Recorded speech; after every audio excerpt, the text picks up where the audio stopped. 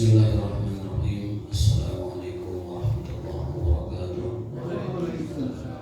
Innal hamdalillah nahmaduhu wa nasta'inuhu wa nastaghfiruh wa na'udzu billahi min shururi anfusina wa min sayyiati a'malina. May yahdihillahu fala mudilla lahu wa may yudlil fala hadiya lahu. Asyhadu an la ilaha illallah wahdahu la syarika lahu wa asyhadu anna Muhammadan abduhu wa rasuluhu wa la nabiyya ba'dahu. Allahumma shalli wa sallim ala nabiyil karim wa ala alihi wa sahbihi wa man sara ala nahjihi ila yaumiddin. Allahumma subhanaka la ilma lana illa ma 'allamtana wa 'allimna ma yanfa'una wa zidna ilman. Allahumma rabbana atina fid dunya hasanah wa fil akhirati hasanah wa qina adzabannar. Amin ya rabbal alamin. Bapak sekalian, jemaah salat subuh yang dimuliakan Allah Subhanahu wa taala. Alhamdulillah kita kembali dapat bermuajahah dalam rangka menunaikan kewajiban kita fardhu subhi, yakni melakukan sholat fardhu subuh, dan dilanjutkan dengan kajian kitab Al-Adabul Mufrad. Al-Adabul Mufrad merupakan kitab adab atau akhlak yang disusun oleh Imam Bukhari, berisi hadis-hadis yang khusus tentang adab dan akhlak, sehingga namanya Al-Adabul Mufrad, jadi khusus yang berkenaan dengan adab. Dan bab terakhir yang kita bahas adalah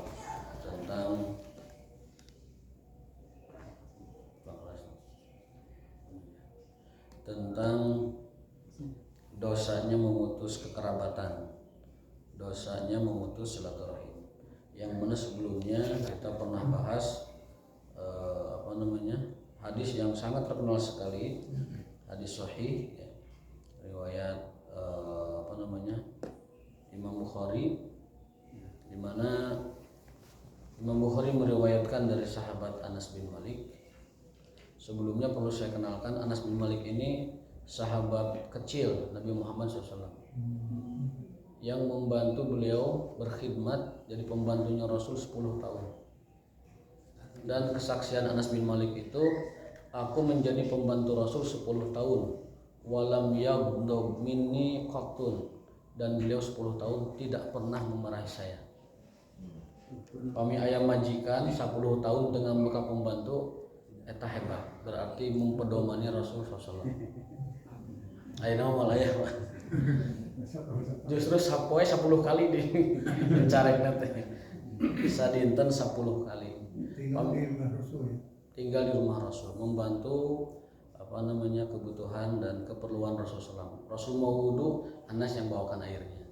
Rasulullah mau buang hajat, Anas yang menyiapkan segala macam keperluannya. Jadi beliau berkhidmat menjadi pembantu Rasul SAW 10 tahun, dan belum pernah Rasul itu memarahi beliau. Jadi itu perlu dicontoh, diteladani oleh orang-orang yang memiliki tanggungan pembantu di rumahnya, mempedomani Rasulullah SAW dalam segala hal. Karena satu-satunya jalan selamat kita adalah mempedomani kehidupan Rasul SAW. Tidak ada lain. Baik selamat di dunia maupun selamat di akhirat, satu-satunya jalan adalah mempedomani, menjadikan Rasul sebagai ajaran hidup kita, Sallallahu Alaihi Wasallam. Kalau yang lain tidak akan selamat. Kalaupun selamat, karena itu berkesesuaian dengan apa yang dipedomani dalam ajaran Rasulullah Sallallahu Alaihi Wasallam. Sehingga jalan satu-satunya keselamatan kita di dunia maupun di akhirat, sa'idun fid dunya wa sa'idun fil akhirah, adalah at-ta'assi wal qudwah kepada Rasulullah Sallallahu Alaihi Wasallam. Nah, ini sahabat Anas bin Malik ini, ibunya pernah datang kepada Rasulullah SAW menitipkan anaknya, dan diminta kepada Rasulullah agar anak ini menjadi pembantu beliau. Silahkan anak ini dimanfaatkan ya, tenaganya untuk membantu beliau. Dan ibunya Anas itu minta satu permintaan kepada Rasul, ya Rasulullah, tolong doakan anak saya. Nah gitu. Jadi para sahabat itu kepada Rasul minta doanya, dan Rasulullah mendoakan Anas bin Malik, sahabat kecil tersebut, Allahumma aksir malahu wa waladahu wa barik fihi. Ya Allah, berikan Anas ini, anak ini, harta dan keturunan yang banyak, dan berkahi di dalamnya. Nah, sepeninggal Rasulullah SAW, Anas bin Malik merupakan sahabat yang paling banyak keturunannya dan paling banyak hartanya. Karena disebutkan anak itu sampai 42. Paling banyak di kalangan sahabat tuh beliau Anas bin Malik. Dan kaya raya serta berkah di dalam keturunan dan hartanya tersebut. Berkat doanya Rasulullah Shallallahu Alaihi Wasallam. Jumlah istrinya nggak disebut-sebut. Nggak disebut. Kalau itu mah harus japri tanya. Harus japri itu mah. Sallallahu Alaihi Wasallam. Dan Anas bin Malik ini yang ada dalam hadis ketika Rasulullah SAW tertidur, kan ada keringat tuh di badan beliau. Itu yang mengelap keringatnya kemudian memerasnya, dimasukkan ke dalam botol, lalu diambil oleh ibunya menjadi minyak wangi. Jadi Rasul itu keringatnya kalau dielap, diperat, masukkan ke botol, jadi parfum minyak wangi yang paling wangi. Sehingga Rasul itu secara alamiah fisiknya itu badannya itu harum wangi semerbak. Luar biasa. Makanya para ulama bahkan Syekh Shalih Al Fauzan, seorang ulama besar dari Arab Saudi, sampai mengatakan ciri orang soleh itu badannya wangi, karena berkacamata kepada hadis tersebut. Rasul SAW adalah orang yang paling wangi, harum, semerbak. Maka secara sederhana beliau menyimpulkan ciri orang soleh itu badannya wangi, minimal tidak bau. Karena apa?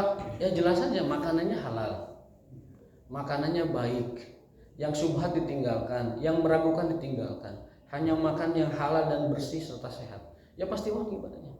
Setidaknya tidak bau. Tapi kalau unggal pe ngagulung ngabulungan bawang, putih jeung jengkol digulung-gulung segala macam. Meskipun itu halal, tetapi kalau terus-menerus belum tentu baik.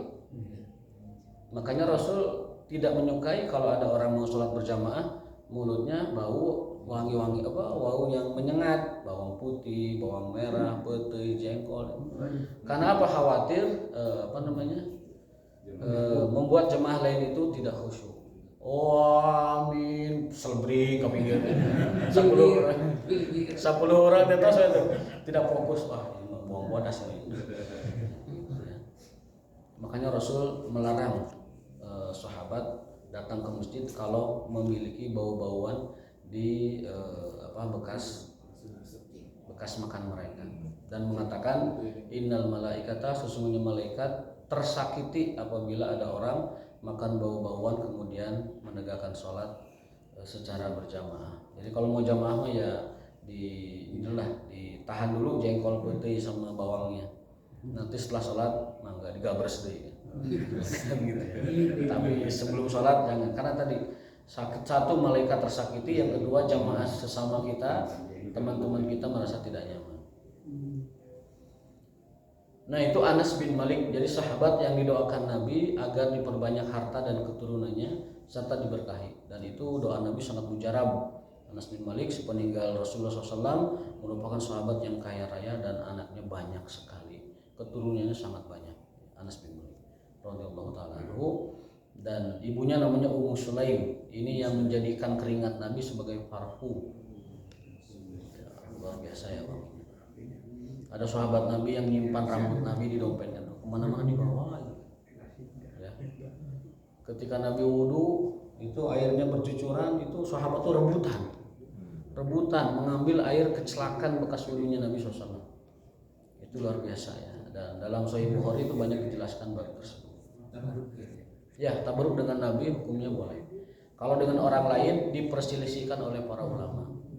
Dan lebih hati-hatinya sih sebaiknya untuk orang biasa mah tidak ya. Karena apa? Karena khawatir, karena tipis sekali itu. Tipis antara tabaruk dengan kultus tentunya tuh. Tipis tabaruk dengan gulu, tabaruk dengan sikap berlebihan kepada orang-orang soleh. Kalau kepada Nabi semua ulama sepakat, karena hadisnya jelas, banyak hadisnya, Sahih Bukhari, Sahih Muslim menyatakan itu. Nabi berwudu, rebutan sahabat mengambil bekas air wudunya. Rambut Nabi rebutan.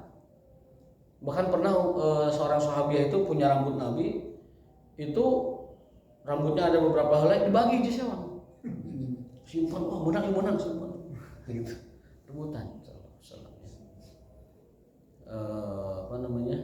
minyak dikumpulin jadikan parfum itu Muhammad SAW. Nah, untuk orang selain beliau, untuk jaga kehati-hatian, sikap hati-hati, sebaiknya tabaruk itu tidak dilakukan. Kalaupun tabaruk dengan ilmunya, tabaruk dengan akhlaknya, tabaruk dengan doanya dan lain-lain sebagainya. Tapi tabaruk dengan fisiknya untuk orang biasa mah sebaiknya jangan.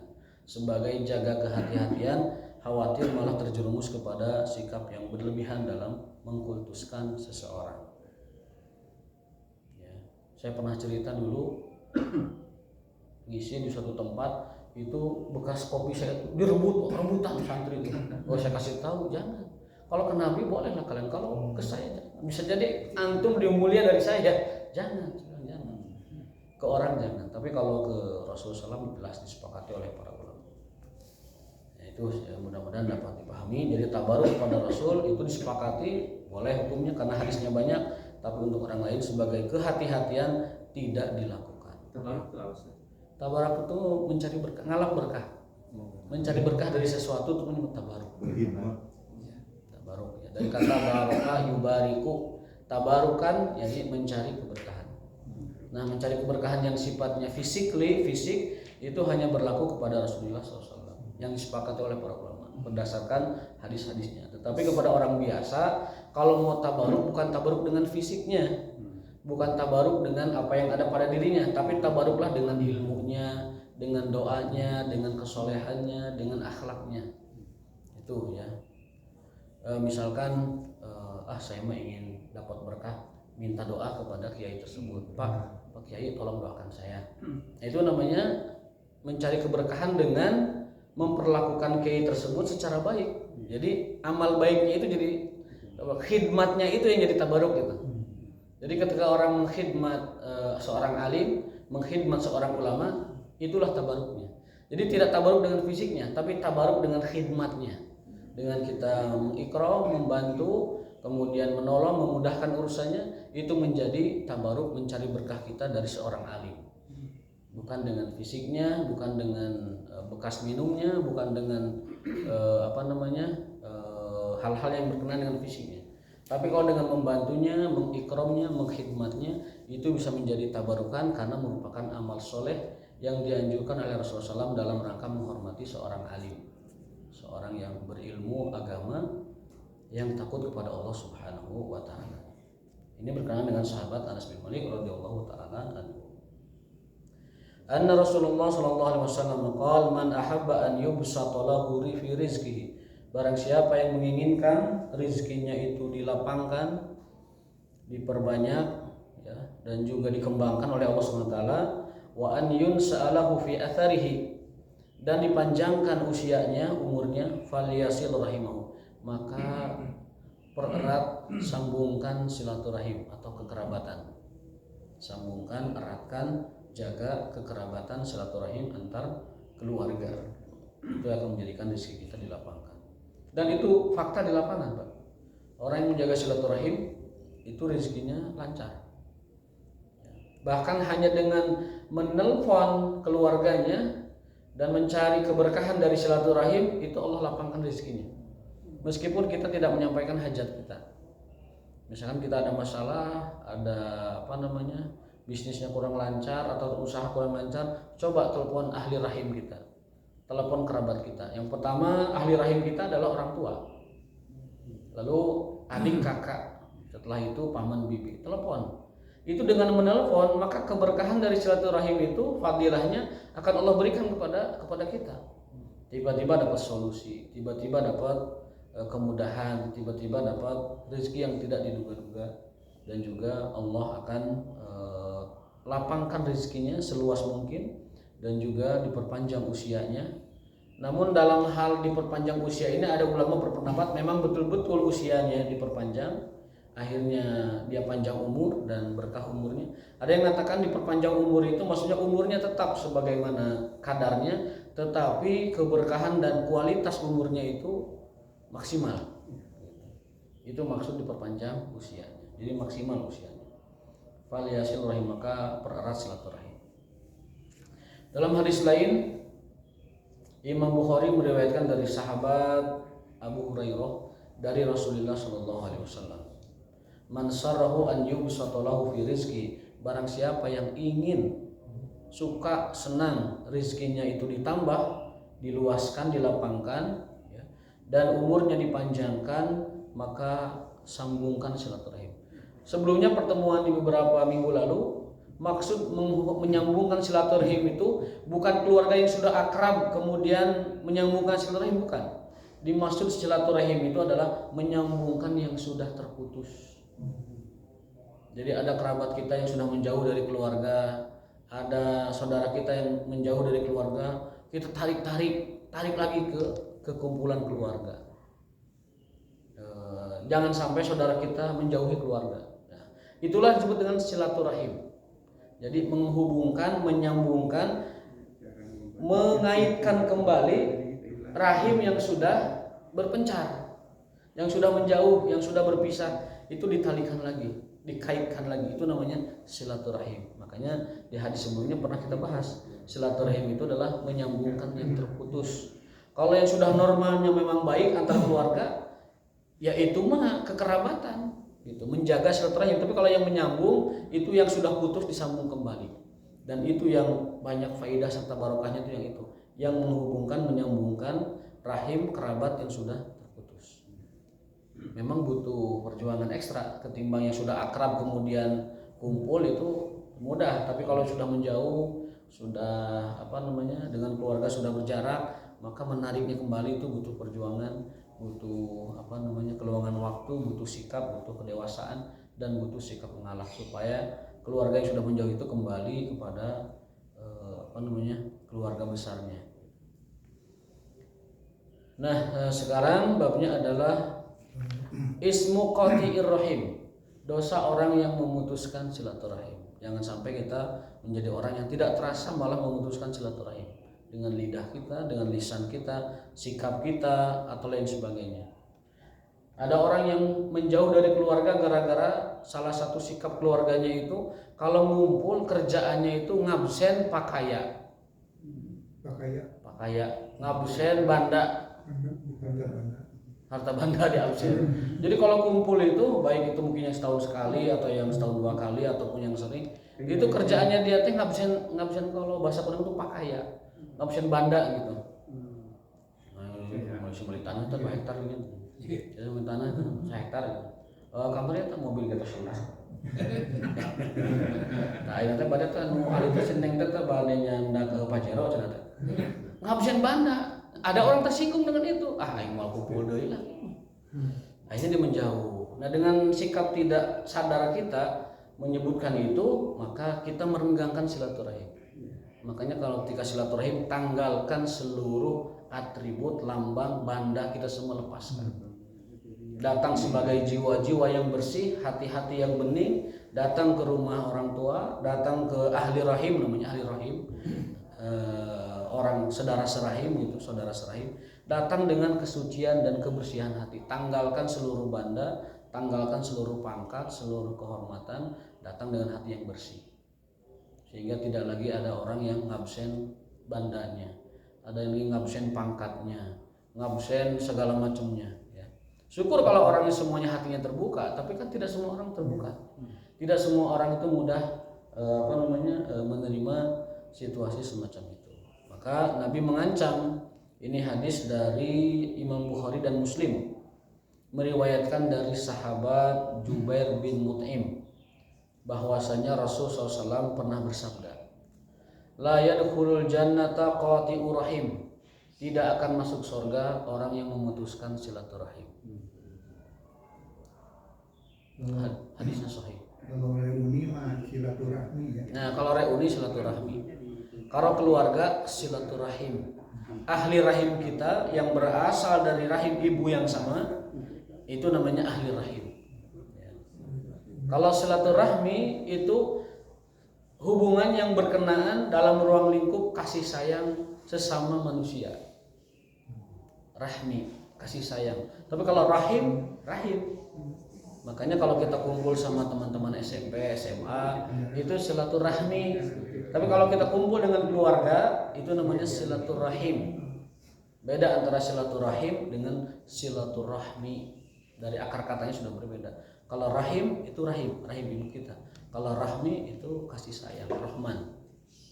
Berbeda artinya. Meskipun hurufnya sama tetapi penyebutannya berbeda. Jadi kalau misalkan Pak Haji Hikmat badai kempal sareng alumni TK na misalkan atau alumni SD na 70 tahun silam gitu kan. Ya, itu namanya silaturahmi. Udah jadi janda. Tapi dongengkan penyakit. Jadi mungkin ngobrolnya sudah tanya rambung ngobrol lagi. Tas tanya rambung gitu. Uji kawetan, uji ke kulon, uji ke kidul, tas tanya rambung. Terus bagikan makanan sudah beres ya gitu kan. Nah itu silaturahmi. Nah kemudian dalam hadis ke-65 ini sahabat Imam Ahmad dan Ibnu Hibban dalam sahihnya meriwayatkan dari sahabat Abu Hurairah bahwasanya Rasulullah SAW pernah bersabda, Inna rahima sajinatun minar rahman. Rahim itu berasal dari Ar-Rahman, sifat rahmannya Allah Subhanahu wa taala. Taqulu, dia mengatakan, rahim itu dapat berkata, ya Rabbi inni zulimtu, ya Allah aku dizolimi, aku dizolimi, aku dizolimi. Diputuskan maksudnya sampai 3 kali. Lalu Allah menjawab, ala tardaina an aqta'a man qata'at. Lalu Allah menjawab, wahai rahim, maukah engkau aku putuskan juga orang itu dari rahmatku, dari berkahku, dari maghfirahku, dari rahmatku? Maka wa asila man wasalak, dan juga aku akan putuskan yang memutuskanmu, aku sambungkan yang menyambungkanmu. Itu adalah tawaran Allah kepada rahim. Jadi rahim itu dapat berkata, rahim itu dapat curhat kepada Allah, ya Allah aku dizalimi, aku diputuskan, aku diputuskan, aku diputuskan. Lalu Allah menawarkan sebuah pilihan, maukah aku sambungkan rahmatku kepada mereka yang menyambungkanmu, berkahku kepada yang menyambungkanmu, atau sebaliknya aku akan putuskan rahmatku, berkahku, kemudian maghfirahku kepada mereka yang memutuskanmu. Nah begitu. Jadi berat sekali memang kalau kita memutuskan silaturahim, itu Allah juga akan memutuskan rahmatnya kepada kita, berkahnya kepada kita. Maka orang yang memutuskan silaturahim, terutama dengan keluarga inti, terutama ayah ibu dan keluarga, cek bahasa Sunda nama kahandap teu akaran kaluhur teu sirungan, tidak berkah hidupnya, tidak berkah. Rata-rata anak yang ke orang tuanya misalah, atau anak yang ke saudaranya itu punya masalah, itu nggak berkah hidupnya. Jadi teu akaran teu sirungan, nauzubillah min dzalik.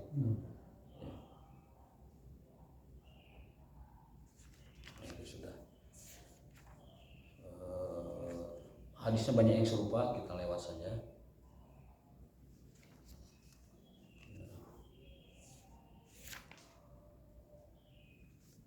Oh, kita sudah jauh ya. Nah, hadis yang ke-84. Ini al-waladu mabkhalatun majbanah. Anak itu adalah sumber ketakutan dan kebakhilan. Baru dengar hadisnya ya? Jarang disampaikan di sini. Ya. Anak itu adalah faktor sumber kebakhilan dan ketakutan orang tuanya.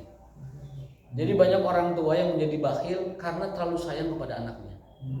Dan banyak orang tua menjadi penakut karena khawatir juga dengan anaknya.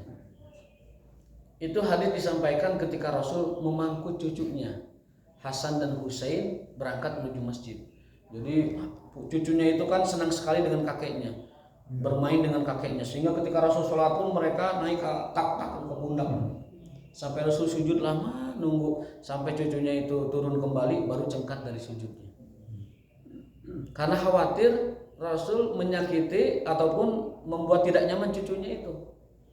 Jadi saking sayangnya Rasul kepada cucunya, ketika cucunya itu menduduki tak Rasul ketika sujud, namanya juga anak-anak ya, itu senang bermain di sana di mihrab seperti ini. Rasul tunggu sampai cucunya turun, baru beliau angkat duduk di antara dua sujud. Beliau mengatakan setelah itu, setelah bermain-main dengan cucunya, setelah membawa sholat dengan cucunya, beliau mengingatkan para sahabat, ya kita semua umatnya, al-waladu, anak itu adalah majbalatun atau mabkhalatun majbanah.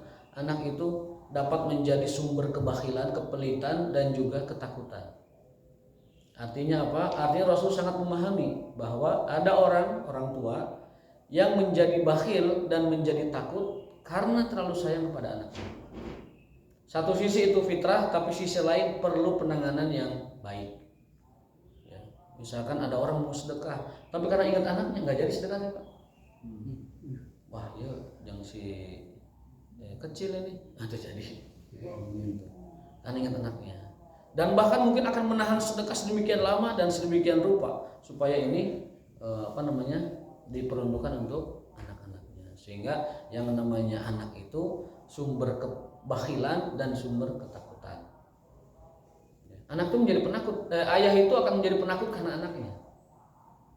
Makanya dalam surat yang sering saya baca, innama amwalukum wa auladukum fitnah. Dalam ayat lain juga sama, disebutkan bahwa innama amwalukum wa auladukum fitnah. Semuanya anakmu dan juga hartamu adalah fitnah, ujian terbesar kamu. Ujian terbesar kamu. Jangan sampai anak itu menjadi faktor kebakhilan kita, dan jangan sampai anak itu menjadi faktor ketakutan kita. Karena Rasulullah SAW pernah mengingatkan itu. Hadisnya adalah wallahi ma ala wajhil ardi rajulun ahabbu ilayya min Umar. Falamma kharaja raja'a faqala kaifa halabtu ay bunayya faqultu lahu faqala azu alayya wal waladu alwat. Ya. Ini menerangkan tentang bahwa anak itu sesuatu yang paling mempengaruhi psikologis dan hati orang tuanya, sehingga Rasul mewasiatkan kepada para sahabat, tentunya juga umatnya, kita semua, agar memposisikan anak itu sesuai dengan ketentuan Allah Subhanahu wa taala. Jangan sampai mereka menjadi sumber kebakhilan kita, jangan sampai mereka menjadi sumber ketakutan kita. Segala takut, segala sieun karena memikirkan anak. Segala takut, segala bakhil, segala pelit karena takut anaknya tidak dapat apa-apa. Itu diperingatkan oleh Rasulullah SAW. Ini tidak bertentangan dengan hadis Nabi bahwa yang namanya sedekah itu paling utama, pertama itu kepada dirinya sendiri. Jadi sedekah kepada diri sendiri itu yang paling utama.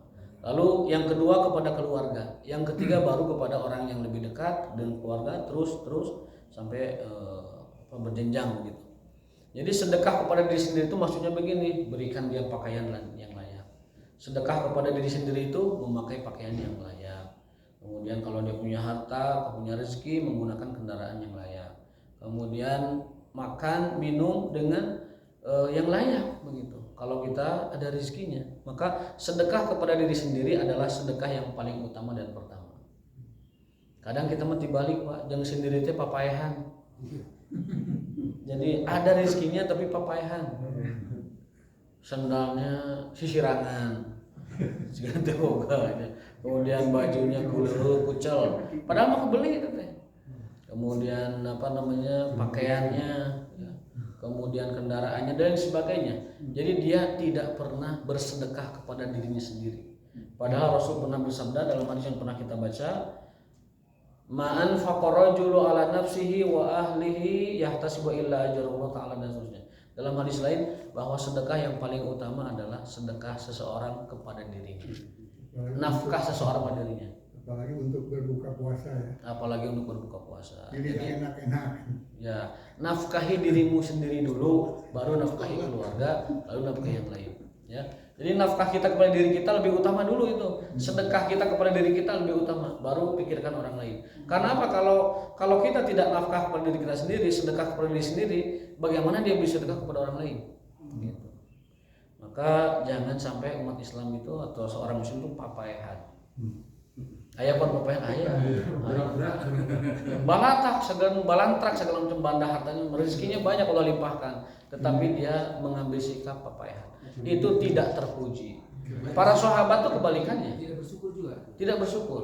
Dalam hadis, innallaha yuhibbu ayanzura asara ni'ami fi amri. Allah itu suka, senang apabila nikmatnya itu nampak terlihat pada diri hambanya. Jadi bekas dan jejak nikmat Allah itu nampak pada diri hamba. Itu Allah suka.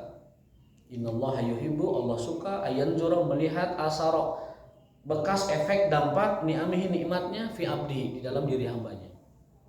Bahkan Allah memuji para sahabat Nabi karena sikap itu. Sahabat Nabi itu tidak semua berkecukupan, yang miskinnya banyak. Tetapi para sahabat Nabi itu meskipun mereka banyak yang miskin tapi terhormat. Sampai Al-Baqarah, silakan dibuka, mengabadikan itu. Yahsabuhumul jahilu agniya aminat ta'afu. Orang-orang umum melihat para sahabat itu agniya, seperti orang-orang kaya. Tahsab apa namanya? Ya semua jumlah agniya ta'afu, ta'rifuhum bisimahum, kamu dapat melihat dari roman wajahnya.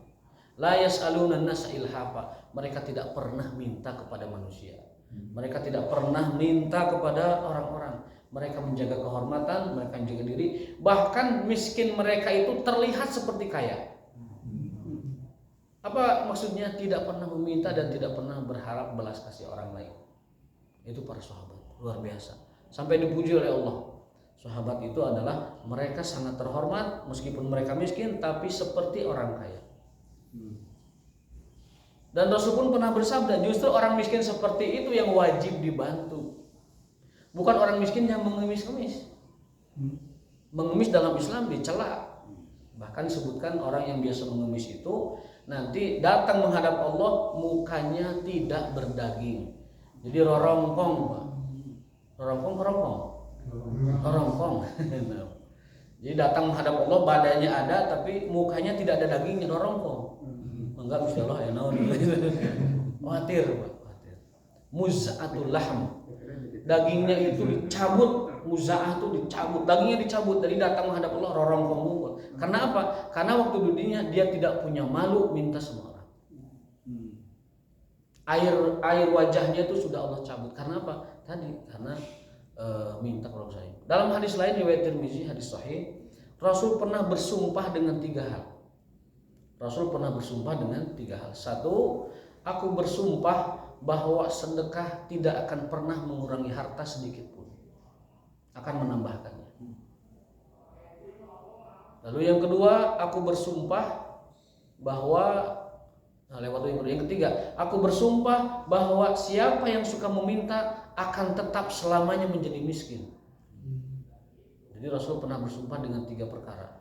Salasun aiduhunna bisalas, aku bersumpah kepada kalian dengan 3 hal. 1 yang tadi, orang yang bersedekah itu akan menambah hartanya. Yang kedua, saya kurang mengingatnya betul. Yang ketiga, bahwa orang yang selalu meminta tidak akan pernah dia menjadi kaya, akan selamanya tetap miskin. Maka dari itu, karena banyak larangan Rasul Muslim itu meminta, sehingga MUI di beberapa daerah memberikan fatwa, mengeluarkan fatwa, dan saya setuju dengan fatwa itu. Seperti MUI DKI Jakarta mengharamkan orang itu memberi kepada pengemis. Karena dengan memberi kepada pengemis itu tidak membuat mereka sejahtera dan berdaya, justru tambah menjerumuskan mereka terperosok kepada ketergantungan dan jurang kemiskinan yang. Yang kedua, pada kenyataannya itu para pengemis itu pada kenyataannya setelah disurvei orang-orang mampu dan lebih kaya dari kita. Jadi kita memberi orang yang lebih kaya dari kita. Dan itu terbukti banyak, sudah diliput oleh berbagai televisi. Kenyataannya memang para pengemis itu di daerahnya itu sultan-sultan desanya itu, Pak. Sultan-sultan kecamatannya di kotanya mengemis, tapi di daerahnya itu sultan. Bahkan pernah ada yang di Jawa Tengah itu punya ini speedboat buat main di tengah laut, buat mancing musuh bagi naik perahu itu punya mereka. Seperti yacht itu kapal kecil itu. Pernah disurvei seperti itu. Ya. Sementara kita yang ngasihnya sakarunya kan. Dalam Islam meminta itu hanya 1 yang dibolehkan. Kapan? Saat kita memang sudah darurat, tidak bisa cara lain kecuali meminta. Seperti misalkan fisik kita tidak ada, ya, kemudian badan kita tidak sempurna, tidak bisa bekerja dan tidak bisa menghasilkan rezeki, ya maka itu dibolehkan meminta. Tapi kalau keadaan sudah berubah, dia tidak boleh melanjutkan hal tersebut. Nah, itu di antara hikmah dari hadis Rasulullah SAW bahwa yang namanya anak itu adalah faktor kebakhilan orang tuanya dan juga penyebab atau faktor rasa takut kepada orang tuanya. Akhirnya apa?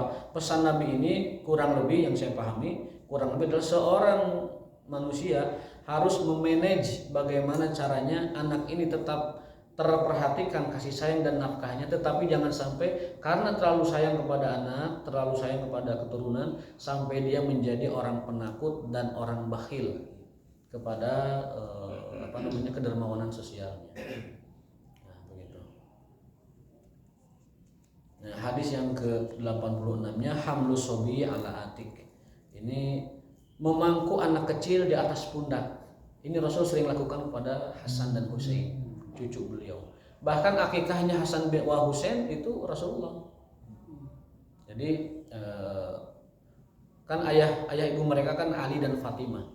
Tetapi karena Rasul ingin dan sayang kepada cucunya, akikahnya cucunya itu oleh kakeknya Rasulullah SAW. Sehingga Hasan itu 2 kambing, Husain 2 kambing, jadi 4 kambing, semuanya dari Rasul SAW. Jadi Rasul itu kaya, tetapi kayanya memilih hidup yang sederhana. Bayangkan, rampasan perang dan ghanimah Rasul punya hak 20%. Dan itu beliau ambil untuk dibagikan kepada fakir miskin dan orang-orang duafa. Fa anna lillahi khumusahu walil rasul walil qurba walil dan seterusnya. Bagikan. Dan beliau sering berdoa dengan doa yang tidak pernah kita baca. Saya sering sampaikan. Ada doa Rasul yang tidak pernah dibaca umatnya. Ya emang umatnya model kia kan, kita model kurang sadar ya. Apa doa Rasul itu? Allahumma ahyini miskinan. Kan terus baca doa itu Tacan aya umatna tacan aya doa eta.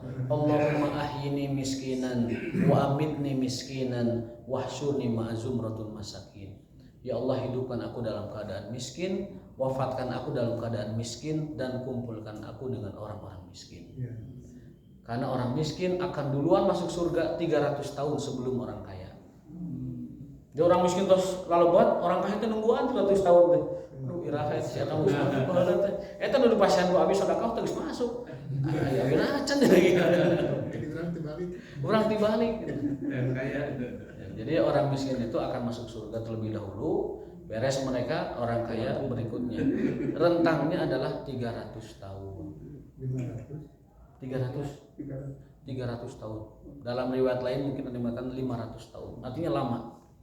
Jarak yang lama, rentang waktu yang lama antara masuk surganya orang miskin dan orang kaya. Nah, itu doa belum pernah dibaca, Pak. Hidupkan kami dalam keadaan miskin. Misalkan kita dibaca setelah sholat, Allahumma ahyina miskinan. Masih jamaah teh, wah ya imam itu cager imamnya gitu. Masa minta miskin kan begitu. Kayak tos beres itu ditaruh ke imam teh, kan tos lamik itu nah gitu. Ya, ahyini miskinan. Jadi miskin Rasul itu pilihan, bukan ketidakberdayaan. Kalau kita mungkin miskin ketidakberdayaannya teu aya kumaha deui kecuali kieu gitu. Tapi kalau Rasul itu merupakan pilihan. Beliau kaya, beliau mampu, tetapi ingin menjadi pilihan kesederhanaan dalam hidupnya. Hikmahnya adalah kalau beliau miskin, seluruh umatnya dapat mengikuti ajarannya. Kalau beliau kaya, maka umatnya tidak bisa mengikuti secara keseluruhan. Oh, beliau mah udah kaya raya tuh, Sultan Madinah pantas.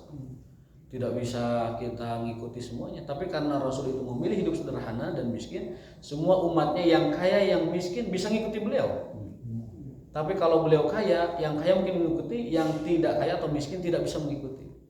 Maka dari itu beliau Shallallahu Alaihi Wasallam sangat mulia memilih hidup sederhana dan miskin karena agar umatnya dapat menjadikan beliau sebagai panutan dan sumber segala macam ajaran hidupnya. Sallallahu alaihi wasallam. Wallahu taala a'lam bishawab wa ma taufiquna illa billah. Insyaallah kita lanjutkan minggu depan di hadis yang ke-86.